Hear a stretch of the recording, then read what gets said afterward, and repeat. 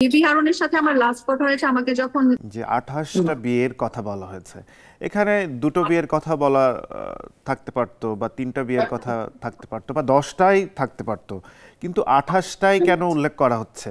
এটা আমি তো আর উল্লেখ করি নাই বা আমার জীবনে এরকম কোনো ঘটনা ঘটে নাই, তো আমি কি করে বলবো যে 28টার কথা কেন বলা হয়েছে? এটা বলতে পারবে হারুন এবং জুয়েল। এবং আমি একটা অডিও আপনাদেরকে পাঠাবো। জুয়েল যখন আমাকে গৃহবন্দী করে রাখে জেল থেকে বের করে রিম্যারেজ করিয়ে, তখন জুয়েলের সাথে আমার ফোনের কথোপকথন রেকর্ড আমি আপনাদেরকে পাঠাতে পারবো। ও নিজেই স্বীকার করছে 28টা বিয়ের কথা কি আমি বলছি? 28টা বিয়ের কথা তো বলছে সাংবাদিকরা। জি।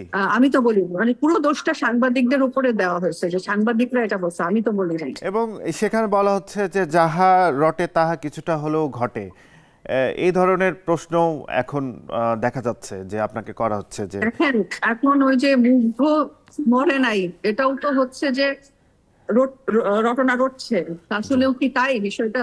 জি তো আমি আমার দুইটা বিয়ে, এটা তো আমার কলিগসরা আমার বন্ধু বান্ধব সবাই জানে। দুইটা বিয়ে বলতে প্রথম একটা যে বিয়ে ছোটবেলায় বিয়ে ছিল, ছোটবেলায় আমি মা হয়েছি, এটা সবাই জানে। তো আমি অনেক বছর সিঙ্গেল মাদার হিসেবে ছিলাম, এটাও সবাই জানে। তো এখানে বলার তো কিছু নাই। আর 28টা বিয়ের কথা ও নিজেই স্বীকার করছে, আমি বলি নাই। আরেকটা কথা আপনাদেরকে বলবো, আমাকে যেসব ব্লেম করা হয়েছে যে ওর টাকা নিয়েছি, কোটি কোটি টাকা, এই সেই গয়না, যাকে, এবং আমি তাকে ব্ল্যাকমেইল করে বিয়ে করেছি আমার ফ্যামিলি, তো যাকে আমি ব্ল্যাকমেইল করে বিয়ে করলাম, যার সাথে ষষ্ঠমন্ত্রীর ছবি, এত পাওয়ারফুল, সে সাথে সাথে কেন আইনের আশ্রয় নিল না? এবং সে কেন, মানে এইটা করার পরেও সে গয়নাগাটি, আইফোন, ওই বেলমানের ঘড়ি, এসব পকেটে নিয়ে আমার সামনে ঘুরে বেড়াতো, আমি তার কাছ থেকে ছিনতাই করে করে বা জোর করে করে নিয়ে নিতাম। বিষয়টা তো তাই, মানে তাই কি? এরকম কি হয় কখনো? মানে সে আমাকে, আমি প্রতারণা করে টাকা নিয়েছি, তারপর সে আমাকে গাড়ি কিনে দিল, এই কিনে দিল, সেই কিনে দিল, ফ্ল্যাট কিনে দিল। তাহলে আমাকে কেন ভাড়া বাসায় নিয়ে রাখলো জেলখানা থেকে বের করে? নয়েরে, ধানমন্ডি নয়ের 34 নম্বর বাসা।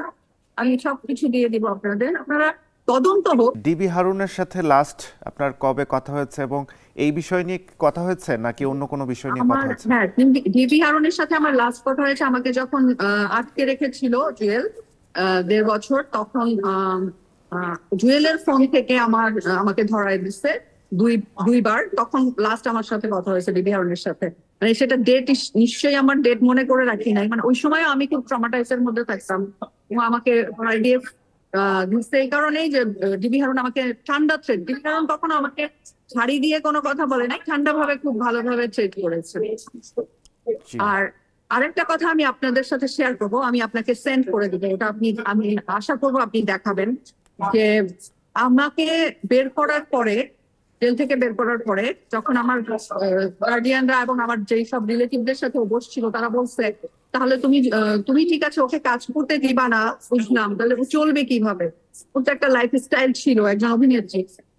তখন ওরা বলে যে ঠিক আছে, আমি হচ্ছে যে প্রতি মাসে ওকে খরচের টাকাটা দিবে, এবং সেই খরচের টাকাটা আমাকে ব্যাংকের মাধ্যমে দেওয়া হতো।